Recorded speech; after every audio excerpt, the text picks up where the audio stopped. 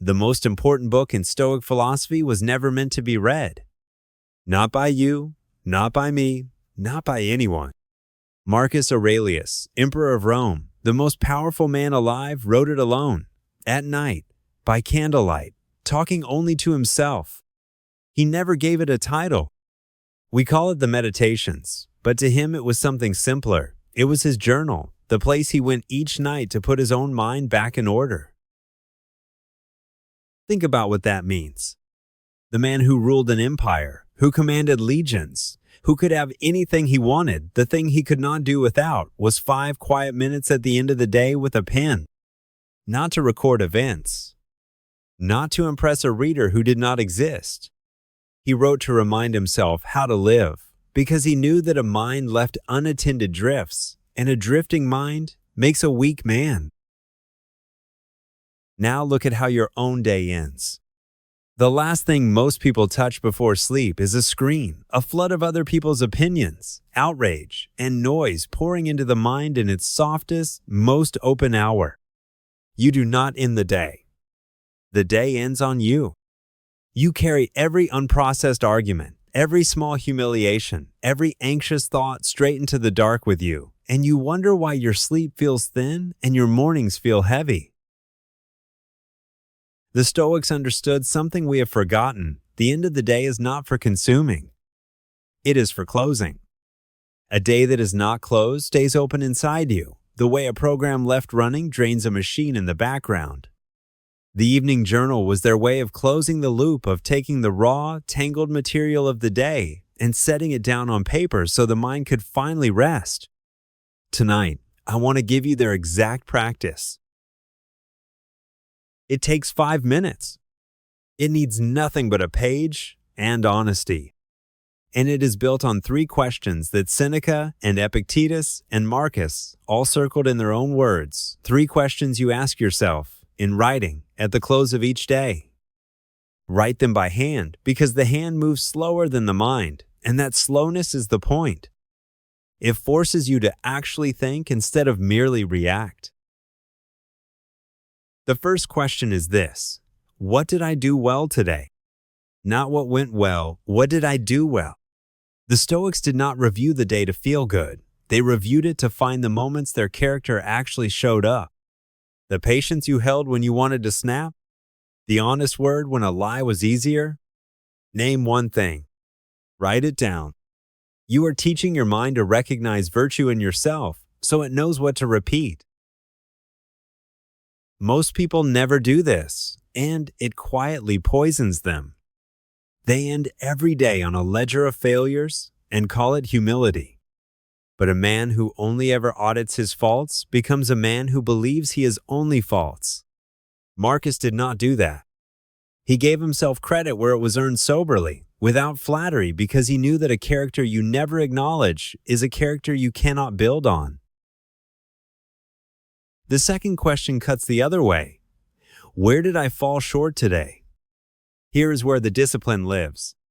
Not in shame, the Stoics had no use for shame, which is just ego wearing a sad mask. You name the lapse plainly. I was impatient with someone who did not deserve it. I avoided the hard task again. I let a small fear make a decision for me. You write it down without excuse and without drama. Naming it strips it of its power. And then this is the part almost everyone skips you. Do not stop at the failure. You write the correction. If tomorrow brings the same moment, what will I do instead? The Stoics never reviewed a fault without prescribing the remedy, because a fault you only regret will return, but a fault you answer with a plan begins to dissolve. This single move turns a journal from a diary of complaints into an engine of change. The third question is the one that quietly changes everything. What is in my control here, and what is not? This is the beating heart of all Stoic thought, and the evening is where you train it. You take the things that weighed on you today, and you sort them into 2 piles. The opinion of that person, not mine to control. My response to it, entirely mine. The outcome I am dreading, not mine. The preparation I can do tonight, mine. Something happens when you do this on paper instead of in your spinning head. The anxieties that felt like one giant immovable weight separate into pieces, and most of the pieces, you discover, were never yours to carry. You have been losing sleep over other people's choices, over weather you cannot change, over verdicts that are not yours to give. Writing it down shows you the truth your racing mind hides. Most of your burden is borrowed. Marcus did exactly this, over and over, for years. Read the Meditations and you can feel it a man catching himself, correcting himself, reminding himself of the same truths again and again because he knew that wisdom is not learned once but maintained nightly. He was not writing because he had mastered these things. He was writing because he had not, and the writing was how he kept becoming the man he wanted to be. There is a fourth movement to the practice, and the Stoics treated it as essential, gratitude, but the hard kind. Not the soft, automatic gratitude of listing nice things. Marcus would name what he had that he takes for granted: breath, a working body, a single person who treated him with decency, the simple fact of being alive on an ordinary day. The Stoics knew that the fastest way to poison a life is to stop noticing what is already in it. And there is one final Stoic move that belongs to the night, specifically the quiet remembrance that this day is one of a finite number. Memento mori. Not as a morbid thought, but as a sharpening one. When you end the day aware that days are not infinite, the small grievances you are about to journal about shrink to their true size, and the people you love grow to theirs.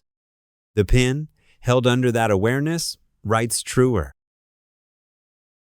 So here is the whole practice, end to end, and it costs you 5 minutes. 1. What did I do well? 2. Where did I fall short, and what will I do instead? 3. What was mine to control, and what was not? Then a line of true gratitude, and a quiet breath of memento mori to set the day in scale. Close the book. That is it. You have done what an emperor did to stay sane while ruling the world. Do this for 1 week, and you will notice the first change in your sleep. The mind that used to churn now has somewhere to put things down. Do it for a month, and you will notice it in your days, because a mind reviewed each night starts catching its faults in the moment they happen instead of hours later in regret. The journal trains a watcher inside you, and that watcher slowly becomes who you are. I built a journal for exactly this practice, 30 days of these Stoic prompts laid out so you never face a blank page wondering where to start. Each night gives you the questions, the space, and a line of Marcus or Seneca to steady you. It is the same 5-minute routine, made simple enough that you will actually keep it. If that is useful to you, the link is in the description, the 30-Day Stoic Journal. But understand this clearly. You do not need my journal, or any journal, to begin. You need a page and 5 honest minutes tonight. The Stoics wrote on wax tablets and scraps of papyrus. The tool was never the point. The point is the turning inward at the close of the day, the refusal to let the day simply happen to you and disappear. Start tonight with whatever you have. Start tonight, not someday.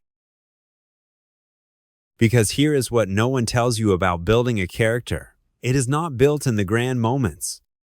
It is built in the small, unwitnessed 5 minutes that no one will ever clap for. The emperor knew it. The man who never raises his voice knows it.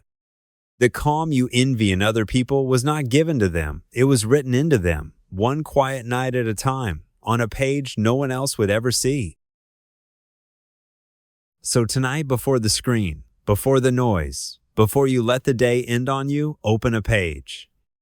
Ask the 3 questions. Tell yourself the truth. And if one sentence in this video reached something in you, share it with someone who is ending their days exhausted and does not know why. Subscribe and stay with this channel, because this is a practice, not a lecture, and the next layer is already waiting for you.